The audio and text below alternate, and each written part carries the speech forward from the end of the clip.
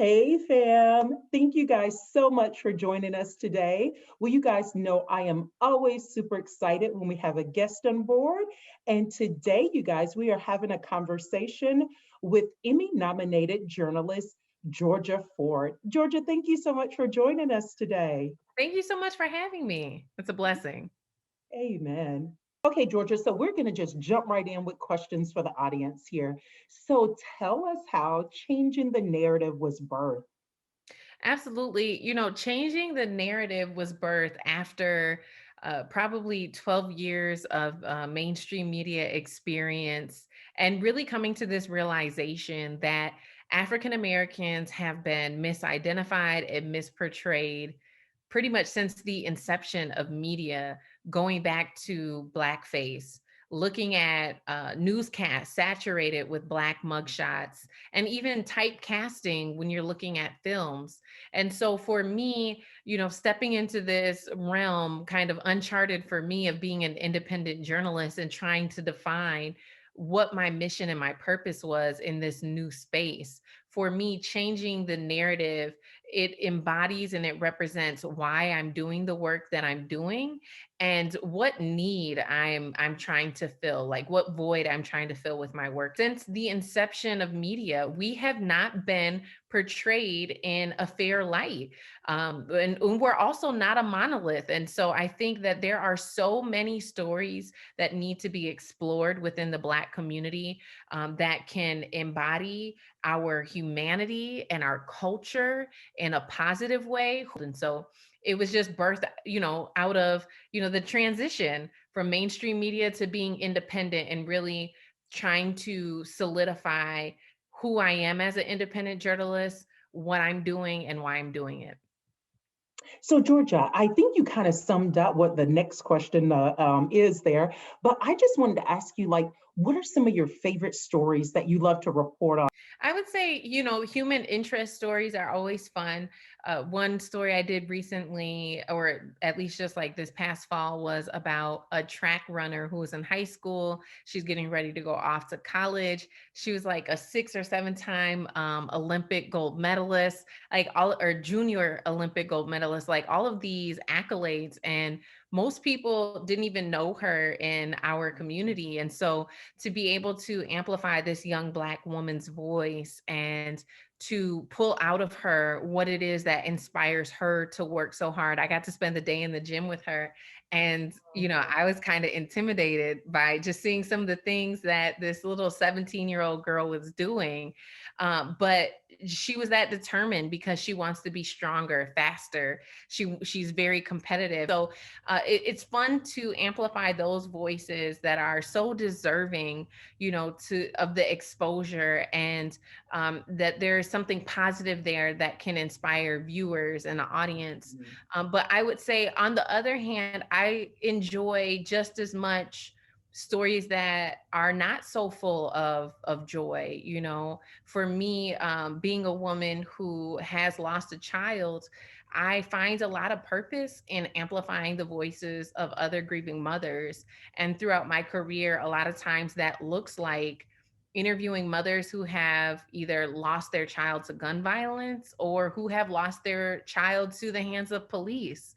Those stories give me a lot of personal purpose in my career just because of my experience in losing a child. And so for me, obviously, telling stories is a lot deeper than just getting an interview and being on camera and publishing the story and getting a lot of views. To me, amplifying voices in marginalized communities is meaningful to me because, like, I have stories also, and I know how healing it can be to just be able to have a place and a Absolutely. space to share that experience. Mhm. Yeah. Thank you so much for sharing such a intimate detail with my audience and I that so Georgia, tell us about some of the challenges that you have with mainstream media. Tell us about that. So some of the challenges have been getting hired, in this market specifically. Mm. I think, outside of this market, I have always excelled in my career. I did not have challenges in getting hired. But when I came back to Minnesota, some of the discriminatory practices that we've seen become prevalent since George Floyd, I experienced personally, and so despite having 12 years experience, 2 Emmy nominations, a college degree, I was told across the board at every mainstream station that I didn't have enough experience. And that was very difficult to accept because this is my career. This is what I had worked for my entire, you know, since I graduated college. And so to actually network and sit on boards and see that, hey, there's actually kids who are in college right now who don't have a college degree yet, who don't have any experience, who are on payroll at some of these networks is really frustrating because the only difference between them and me is the color of their skin and their gender. So to see that a white man can get hired at a mainstream media network in college, no experience, no degree yet. Meanwhile, here I am biracial, identifying Black, 12 years of experience, 2 Emmy nominations, a whole college degree from the University of St. Thomas, but I'm not good enough. That's very frustrating, but I came to peace once I really started seeing the how liberating it is to be independent, to not have these newsroom battles that I used to have to tell certain stories that I know my community values. I started to see how liberating it was to be able to go on camera with my curly hair. When I was in mainstream media, it was in my contract that I was hired with straight hair and I had to maintain that image. And so there was actually a day I remember working in mainstream media that like I had a flat tire and, you know, like all the things that could go wrong that day before work went wrong. And so I was like running behind and lost the amount of time I needed to actually straighten my hair. So I showed up to work like this, and I got in trouble. I got pulled into an office. Wow. I was told that if I ever did it again, I would be reprimanded, that, it was in my contract that I had to maintain the same image. And if I wanted to change my image, I had to have permission. And I did not have permission to wear my hair like this. And so I think now, that was a few years ago. I think now some states have started to pass like the Crown Act, which prevents that type of discrimination. But there are some cities and some states that don't have that pass yet. And so it's a real thing that Black women are faced with, that they can't even show up in their natural state. And to not be able to embrace that part of your culture because you've signed a contract, it just doesn't seem fair.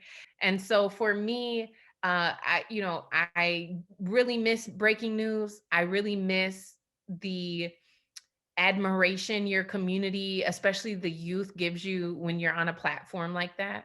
But I just don't miss all of the things that you have to sacrifice, and the fact that you can't show up and be your full authentic self. And so being an independent journalist is definitely a challenging decision that I had to make.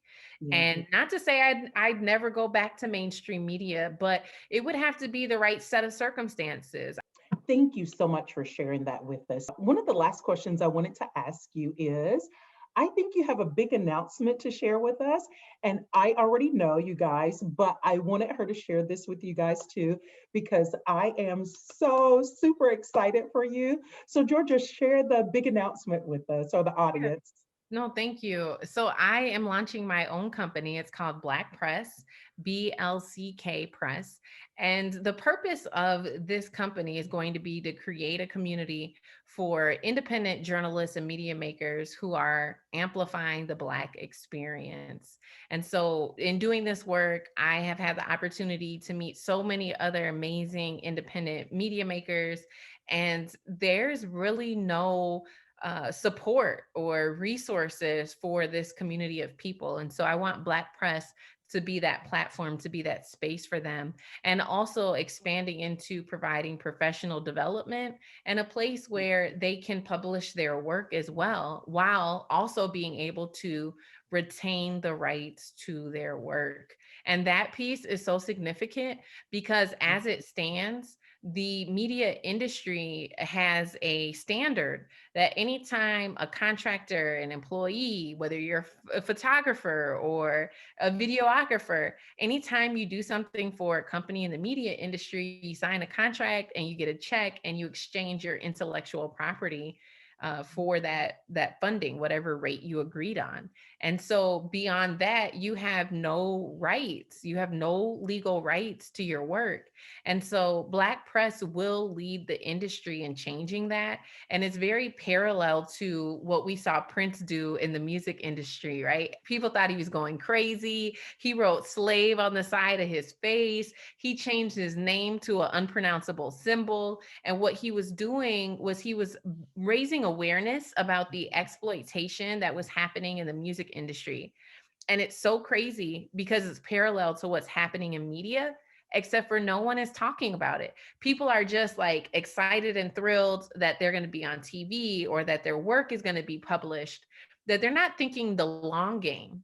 And so what ends up happening, here's like a worst case scenario. You're out in a pandemic as a videographer and you're interviewing people, and you're getting footage, you're putting your life at risk because it's a pandemic, and you're also tapping into your own personal resources, your network of people to Mhm. talk to this person to get this sound. You're doing all of the work, and then you sign it over for $1,000 or a salary 50,000 a year, 75,000 a year. And then in 10, 20 years, that network can actually go back and take your body of work and make a documentary out of it, or collectively your work with someone else's work and make $1 million, and you would never get a dime because you signed a contract. And so I really want to empower independent media makers to start thinking about the long run. We also need to be able to create an ecosystem so that they can survive in doing this work. And so a part of that is getting people to realize their worth and empowering them with the knowledge that they deserve to own the rights to their work. So it's good to get that kind of perspective. Thanks for shedding light on that for us and helping us to be more aware. And also, congratulations on this new venture. I am sure you will be successful because the stories that you have reported in the past and future that you're reporting on and will be reporting on in the future, we have so enjoyed. I know I have. Thank you so much for coming on and giving us time out of your busy schedule today to just share some insight with us as a journalist, as a Emmy nominated journalist, and now as a independent journalist. Well, thank you for the opportunity. I think that your platform is amazing. And Oh, so thank I'm very you. grateful to be able to share my story here. So thank you guys also for joining Georgia and I today for such a inspiring conversation that I have enjoyed. So I know you have, and we will see you guys next time. Bye bye.